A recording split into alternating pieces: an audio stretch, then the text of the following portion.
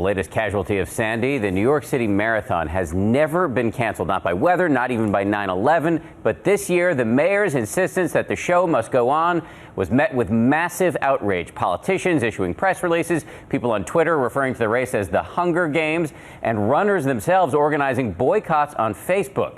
So let's get it out to ABC's John Muller in Central Park, where the race will now not take place. John, good morning.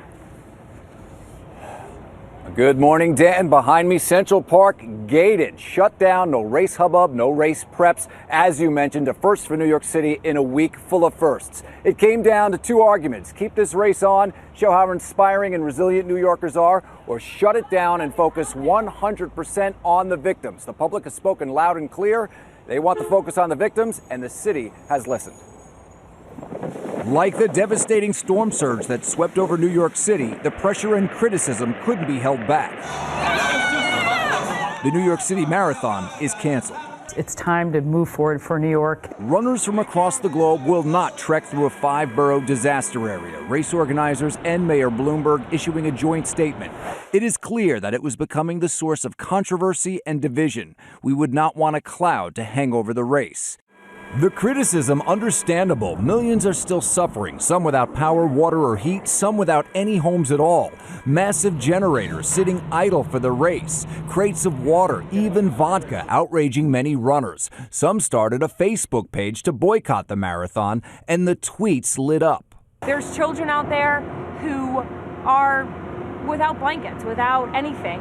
And then these generators is for a time, for a clock, for a race. Some runners applauding the decision to cancel. I feel good that the city's taking care of what it needs to take care of. But there's plenty of heat. Mayor Bloomberg insisted the race was on, even up until Friday afternoon. Literally have flown halfway around the world for this. Gavin Kane came from Shanghai, China to run. I'd raised just over $5,000 for a homeless charity in New York, which now I can't collect because I'm not running the marathon. But with inconvenience taking a back seat to suffering, maybe it's best summed up by this runner from South Africa. This is life. We can't control nature. I think it's a bigger lesson, actually. The biggest lesson is that we're mere mortals. We're not in control.